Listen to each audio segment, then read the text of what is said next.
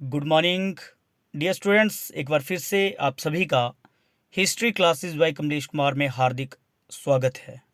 हम 11वीं कक्षा की पाठ्य पुस्तक विश्व इतिहास के कुछ विषय का चैप्टर 5 यायावर साम्राज्य पढ़ने जा रहे हैं।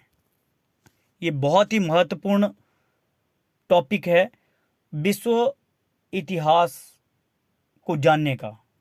एक ऐसा साम्राज्य जो विश्व का सबसे बड़ा साम्राज्य था और इस साम्राज्य के बारे में हम बहुत डिटेल में पढ़ेंगे, जिसे मंगोल साम्राज्य के नाम से जाना जाता है।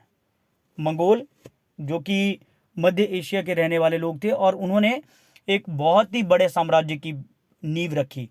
इस चैप्टर में हम मंगोलों के बारे में पढ़ेंगे कि किस प्रकार से उन्होंने जो है वो चंगेज़ खान के नेतृत्व में एक बहुत बड़े साम्राज्य की स्थापना की, और साथ में ही वो सारे टॉपिक्स जो आपको एग्जामिनेशन में भी आएंगे और कॉम्पिटिटिव एग्जामिनेशन में भी आपकी हेल्प करेंगे, उनको हम डिटेल में पढ़ेंगे। तो सबसे पहले मैं उम्मीद करता हूं कि आप लोगों ने ये जो हमारा यूट्यूब चैनल है history classes bye Kamlesh Kumar, इसको सब्सक्राइब कर लिया होगा, जिसके लिए आपका बहुत बहुत धन्यवाद।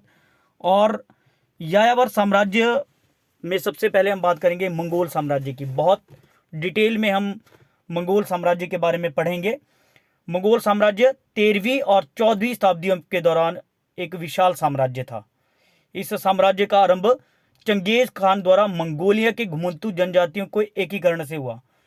जनजातीय लोग, घुमंतु जनजातीय लोग जो कि एक स्थान से दूसरे स्थान तक जो है वो जाते रहते थे, एक स्थायी जीवन वो नहीं बिताते थे एक जगह रह के, कि मतलब उन्होंने मकान बना दिए, घर बना दिए, कृषि करना आरंभ कर दिया, ऐसा वो जीवन नहीं जीते थे, बल्कि घुमक्कड़ घुमंतु वो लोग थे। और ऐसी जनजातियों को मिलाकर चंगेज खान ने एक बहुत बड़े साम्राज्य की स्थापना की। मध्य एशिया में शुरू यह राज्य अंततः पूर्व में यूरोप से लेकर पश्चिम में जापान के सागर तक और उत्तर में साइबेरिया से लेकर दक्षिण में भारतीय महाद्वीप तक फैला हुआ था, जो आपको मानचित्र के माध्यम से भी आप देख सकते हो कि इसमें यूरोप, एशिया के बहुत सारे देश जो थे वो सम्मिलित थे। आप लोग देख सकते हो कि चीन और उसके बाद रूस का बहुत बड़ा हिस्सा और यूरोप का बहुत बड़ा जो हिस्सा है वो सारा इन्होंने जो है वो मंगोलों ने उस पर शासन कर लिया था। बाइजेंटाइन साम्राज्य, जहाँ पे आज की डेट में जो है वो हम बात करते हैं इजराइल की, फिलिस्तीन की, ये सारे के सारे क्षेत्र पर मंगोलों का अधिकार था। फिर उसके बाद पूरा का पूरा मध्य एशिया, आप लोग मानचित्र में बड़े डिटेल में देख सकते हो, पूरा का पूरा मध्य एशिया, जिसमें अफ़गानिस्तान, पाकिस्तान का भी कुछ हिस्सा छोटा सा, और ईरान, इराक, सऊदी अरेबिया, मतलब कुल ऑल द अरेबियन कंट्रीज़ इनके कंट्रोल में थी। साथ में मंगोलिया जो चीन से ऊपर का क्षेत्र है उस पर इनका अधिकार था, और रूस के बहुत सारे प्रांतों पर इन्होंने अधिकार कर लिया था। तो बहुत बड़े साम्राज्य की स्थापना मंगोलों ने की थी चंगेज खान के नेतृत्व में। आमतौर पर इसे दुनिया के इतिहास में सबसे बड़ा साम्राज्य माना जाता है, कि ऐसा माना जाता है कि ये जो साम्राज्य था ये दुनिया के इतिहास में सबसे बड़ा साम्राज्य है। अपने शीर्ष पर यह 6000 मील मतलब कि 97 किलोमीटर तक फैला हुआ था। इतना बड़ा साम्राज्य था, और आप देख सकते हो कि कितना वर्ग किलो मील ये जो उसका क्षेत्रफल था, 1,27,41,41,000 वर्ग मील के क्षेत्र को ये कवर करता था। 1,27,41,41,000 वर्ग मील के क्षेत्र को यह कवर करता था, और इस समय पृथ्वी के कुल भू क्षेत्र का 22% हिस्सा इनके कब्जे में था। जितना भी पूरे 7 कॉन्टिनेंट है हमारे, पूरे 7 कॉन्टिनेंट, उत्तरी अमेरिका, दक्षिण America, Africa, Europe, Asia, Australia, Antarctica, तो सभी भू क्षेत्र का 22% जो हिस्सा था वो मंगोलों ने अपने अधिकार में ले लिया था, और इसकी आबादी 100 करोड़ थी।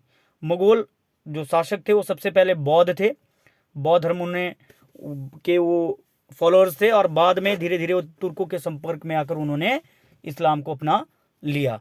तो ये कितना बड़ा साम्राज्य था उसके बारे में हम बहुत ही मैं आपको मानचित्र के माध्यम से बताने का प्रयास। आप लोग देख सकते हो कि कितना बड़ा क्षेत्र जो था वो कवर करता था ये साम्राज्य, और बहुत ही बड़ा एरिया में वो फैला हुआ था, जिसमें कि इतने बड़े साम्राज्य पे, इतने बड़े क्षेत्र पे ये साम्राज्य शासन करता था, जिसमें कि ऑलमोस्ट पूरा जो एशिया था, एशिया के साथ यूरोप के बहुत सारे क्षेत्र इसमें सम्मिलित थे। तो दुनिया का सबसे बड़ा साम्राज्य इसे माना जाता था। जहाँ तक बात इस साम्राज्य के शासकों की है, तो खान मूलतः मंगोलियाई उपाधि थी। मंगोलियाई लोग जो थे खान की उपाधि लेते थे, जिसका अर्थ था, शाब्दिक अर्थ था नायक, नेता, शासक, राजा या मुखिया। ठीक है, तो खान की उपाधि, जैसे चंगेज खान के बारे में हम आगे पढ़ेंगे, तो ये उपाधि लेते थे। और इसके अर्थ मैंने आप लोगों को बता दिए कि राजा, मुखिया, शासक, नेता और नायक था। तो अगर हम बात करें मंगोल शासकों की, तो चंगेज़ खान सबसे शक्तिशाली शासक इसमें रहा है। चंगेज़ खान के बाद बहुत सारे और शासक रहे, जिसमें ओगोदेई एक बहुत ही प्रमुख शासक था, और हलाकू, आप ऊपर देख सकते हो, मोंके और कुबलई खान, ये बहुत ही शक्तिशाली शासक रहे हैं, जिनके शासनकाल में मंगोल साम्राज्य का बहुत सारा विकास हुआ है। ओगताई खान चंगेज़ खान का बड़ा बेटा था, और इसने भी मंगोल साम्राज्य के विस्तार में कोई कमी नहीं छोड़ी। गुयूक खान, मोंके खान और कुबलई खान, जो कि एक महान शासक रहा है। तो इन शासकों ने मंगोल साम्राज्य के विस्तार में कोई कसर नहीं छोड़ी। 13वीं शताब्दी के प्रारंभिक दशकों की बात करें, तो यूरोप एशियाई महाद्वीप के महान साम्राज्यों ने मध्य एशिया के स्टेपी प्रदेश में एक नई राजनीतिक शक्ति के अभ्युदय के एक बड़े खतरे का अनुभव कर लिया था। मतलब उनको पता हो गया था कि एक बड़े साम्राज्य का उदय होगा, बहुत बड़े साम्राज्य का उदय। स्टेपी प्रदेश, जो कि पूरा जो सेंट्रल एशिया उससे ऊपर वाला जो क्षेत्र है, उसमें ये पूरे के पूरे क्षेत्र में जो है एक नए और एक बड़े शक्तिशाली साम्राज्य का उदय होगा। ये सभी जान चुके थे ऑलमोस्ट, क्योंकि चंगेज़ खान की मृत्यु 1227 ईस्वी में हुई, ने मंगोलों को संगठित कर दिया था। 1227 ईस्वी तक मंगोल जो थे बहुत ज़्यादा संगठित हो गए थे। चंगेज़ खान की राजनीतिक दूरदर्शिता मध्य एशिया के स्टेपी प्रदेश मंगोल जातियों का एक महासंघ मात्र बनने से कहीं अधिक दूरगामी थी। ये नहीं था कि उन्होंने एक छोटे से साम्राज्य की स्थापना करनी थी, बल्कि वो एक बहुत बड़े साम्राज्य का जो थे वो सपना देख रहे थे। तो मंगोलों की बात करें, तो मंगोल मध्य एशिया के आधुनिक मंगोलियाई प्रदेश में रहने वाला एक यायावर समूह था। मैंने बात पहले भी की, यायावर लोग वो थे जो घुमंतू जीवन जीते हैं, जिनका जो मुख्य व्यवसाय रहता है वो पशुपालन और खाद्य संग्रहण रहता है। ठीक है, यह समूह विभिन्न कबीलों में विभाजित था, और इन कबीलों में मुख्य थे मंगोल, तातार, नेमन और कितान, जिनका मुख्य कार्य पशुपालक और शिकार संग्रहक था। वे बहुत निर्दयी थे, ये निर्दयी प्रवृत्ति के ये लोग थे जो मंगोल थे। मैंने एक बहुत बड़ी सीरीज़ इनके ऊपर देखी है, जो मंगोलियाई हिस्ट्री है, उसमें अर्तुरुल शाह करके एक जो है वो तुर्की हिस्ट्री के ऊपर एक बहुत बड़ी जो है वो एक स्टोरी है, अर्तुरुल शाह गाजी। उसके बहुत सारे एपिसोड मैंने देखे, क्योंकि हिस्ट्री से रिलेटेड जो लोग हैं उनको बहुत सारा इंटरेस्ट ऐसी बातों में बन जाता है। इसमें मंगोल इतिहास के बारे में बहुत कुछ जो है हमें देखने को मिलता है, और उसमें ये बताया गया है कि किस प्रकार से मंगोल जो थे एक बहुत ही खूंखार जाति के लोग थे। उनका तुर्कों के साथ, तुर्क जो कि इस्लाम धर्म को आगे बढ़ाने के लिए लगातार प्रयास कर रहे थे, उनके साथ उनका संघर्ष काफ़ी लंबे समय तक दिखाया गया है। तो उसमें भी हमने देखा कि किस प्रकार से उसमें उस स्टोरी में पूरा बताया गया है। उस जो एक सीरियल है, ड्रामा सीरियल है, जिसमें ये पूरा बताया गया है कि किस प्रकार से मंगोलों और तुर्कों के बीच में काफ़ी लंबे समय तक संघर्ष चलता रहा। मंगोल लोगों के बारे में हमने बात की। और अगर हम बात करें चंगेज़ खान की, तो उसे ईश्वर से विश्व पर शासन करने का आदेश प्राप्त था। यद्यपि उसका अपना जीवन मंगोल जातियों पर कब्जा जमाने में और साम्राज्य संघर्ष जैसे क्षेत्र, जैसे उत्तरी चीन, तुरान, जिसे ट्रांस ऑक्सियाना, अफगानिस्तान, पूर्वी ईरान, रूसी स्टेपी प्रदेशों के विरुद्ध अभियानों के नेतृत्व में और प्रत्यक्ष संचालन में बीत गए। मतलब कि इन देशों में अपना आधिपत्य स्थापित करने, आधिपत्य तो नहीं बोलेंगे लेकिन अपना जो साम्राज्य स्थापित करने के लिए उसका सारा जीवन जो है व्यतीत हो गया। लेकिन तब तक वो मंगोलों को संगठित कर चुका था, क्योंकि उसने एक बहुत बड़े साम्राज्य का सपना देखा था। अब हम बात करते हैं चंगेज़ खान की। एग्जामिनेशन में भी ये प्रश्न पूछा जाता था कि चंगेज़ खान कौन है, उसकी सफलताओं का वर्णन करो। तो चंगेज़ खान के बारे में बहुत डिटेल में हमने यहाँ पे डिस्कस करना है। चंगेज़ खान का जन्म 1162 ईस्वी के आसपास आधुनिक मंगोलिया के उत्तरी भाग में ओनोन नदी के निकट हुआ था। मंगोलिया, जहाँ पे आधुनिक मंगोलिया है, वहाँ पे 1162 ईस्वी में चंगेज़ खान का जन्म हुआ था। उसका प्रारंभिक नाम तेमुजिन था। तो प्रश्न कई बार पूछा जाता है कि चंगेज़ खान का वास्तविक नाम क्या था, तो प्रारंभिक नाम उसका तेमुजिन था। उसके पिता का नाम एसुजेई था, जो कि कियात कबीले के मुखिया थे। तो प्रश्न कई बार पूछ लिया जाता है कि चंगेज़ खान किस कबीले के रहने वाले थे, या उनके पिता का नाम क्या था और किस कबीले के मुखिया थे। तो उनके पिता का नाम एसुजेई था और वो कियात कबीले के मुखिया थे। ये परिवारों का एक समूह था, जो कियात कबीला था, ये परिवारों का एक समूह था और बोरजिगित कुल से संबंधित ही रखते थे। उनके पिता की अल्पायु में हत्या, उनके जो पिता थे उनकी हत्या जो है बहुत छोटी उम्र में कर दी गई। और उनकी माता ओलून इक्के, कई बार प्रश्न पूछा जाता है कि चंगेज़ खान की माता का क्या नाम था। ओलून इक्के ने तेमुजिन और उसके सगे तथा सौतेले भाइयों का लालन पालन बड़ी कठिनाइयों से किया। मतलब कि उनकी माता ने जो है उनका पालन पोषण जो है बड़ी कठिनाइयों से किया। और एक बार तो ऐसा हुआ कि तेमुजिन का अपहरण कर लिया गया, और बाद में जब, चलो वो तो छूट के आ गए, लेकिन जब उनकी मैरिज हुई बोर्टे के साथ, उनकी पत्नी का नाम बोर्टे था, तो विवाह के पश्चात उसको भी जो है वो किडनैप कर लिया गया, और जिसके कारण जो है तेमुजिन को एक लंबी लड़ाई लड़नी पड़ी, जिसमें कि उसे सफलता प्राप्त हुई और अपनी पत्नी को छुड़ाने में वो सफल रहा।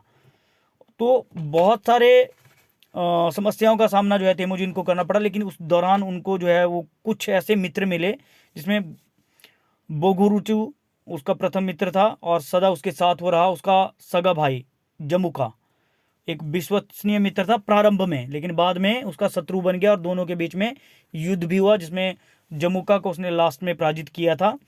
इसके साथ साथ में ही तेमुजिन ने कैराइट के लोगों के शासन और अपने पिता के वृद्ध सगे भाई तुगरिल उर्फ ओंग खान, ये ओंग खान जो था वो मंगोलों का एक बहुत बड़ा नेता था। ओंग खान, उसके साथ जो है उसने अच्छे संबंध स्थापित किए, और जमुका जो उसका पुराना मित्र था बाद में उसका शत्रु बन गया, और हालांकि उसने उसको पराजित किया। उसको पराजित करने के पश्चात जमुका को जब उसने पराजित किया, तो उसमें ओंग खान जो उसका चाचा था, उसका भी महत्वपूर्ण योगदान उसमें रहा। लेकिन जमुका को पराजित करने के पश्चात उसमें एक कॉन्फिडेंस आ गया, तेमुजिन में जो है वो काफ़ी विश्वास आ गया, और वह अन्य कबीलों के विरुद्ध युद्ध के लिए निकल पड़ा। क्योंकि जमुका को हराना, एक उसको लगा कि जब वो जमुका को हरा सकता है तो छोटे मोटे कबीलों को हराना उसके लिए आसान हो गया। लेकिन उसने धीरे धीरे बहुत बड़े बड़े कबीलों को हराना स्टार्ट कर दिया। उसके बाद उसने कई बहुत बड़े राज्यों को जो है पराजित करना स्टार्ट कर दिया। उसने उन सभी कबीलों के लोगों को भी हराया जिन्होंने उसके पिता के खिलाफ स्ट्रैटेजी बनाई थी, और खासकर उस कबीले के लोगों को जिसने उनके पिता को मारा था, उनको भी उसने जो है वो मौत के घाट उतार दिया। ओ खान, जिसके विरुद्ध उसने 1203 ईस्वी में युद्ध छेड़ा, ओ खान को भी उसने, ओंग खान जो उसके चाचा थे, उनको भी उसने जो है वो युद्ध में पराजित किया। और 1206 ईस्वी में उसमें एक्चुअली जमुका को हराया था, और उसके बाद उसने तेमुजिन स्टेपी क्षेत्र की राजनीति में सबसे प्रभावशाली व्यक्ति के रूप में उभरा, और मंगोलों की एक प्रतिष्ठित व्यक्तियों की एक संस्था जिसका नाम कुरुलताई, उसने तेमुजिन को चंगेज़ खान की उपाधि से सम्मानित किया। ठीक है, समुद्री खान या सार्वभौम शासक की उपाधि से मंगोलों का महान नायक उसे घोषित किया गया कुरुलताई के द्वारा।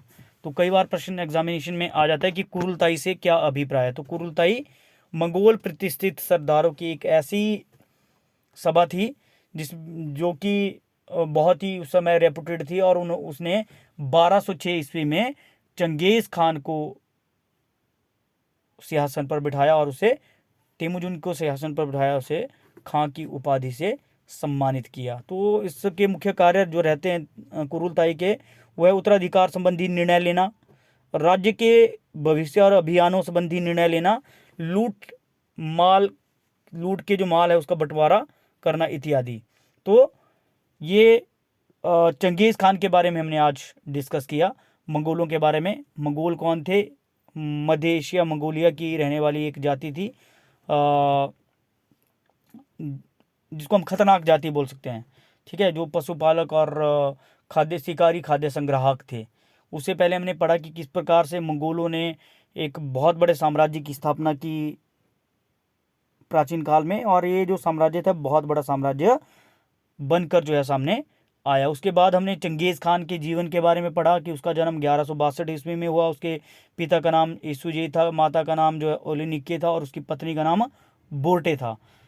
पहले उसे किडनैप किया गया, बाद में फिर उसकी जो पत्नी है उसको किडनैप किया गया, जिसकी वजह से कि उसे एक लंबी लड़ाई लड़नी पड़ी। उसमें उसके मित्र जुमुका ने बड़ा महत्वपूर्ण योगदान दिया, लेकिन ओंग खान जो कि उस समय मंगोलों के कई कबीलों का सरदार था, उसको भी उसने साथ में लेकर वो चला। लास्ट में जमुका को उसने पराजित किया, और साथ में जो है वो ओंग खान को भी उसने पराजित किया, और उससे उसके जीवन में कॉन्फिडेंस आ गया। उसने बहुत सारे राज्यों को पराजित करते हुए फिर कुरुलताई, जो कि मंगोल सरदारों की एक संस्था थी, प्रतिष्ठित सरदारों की एक संस्था थी, उसने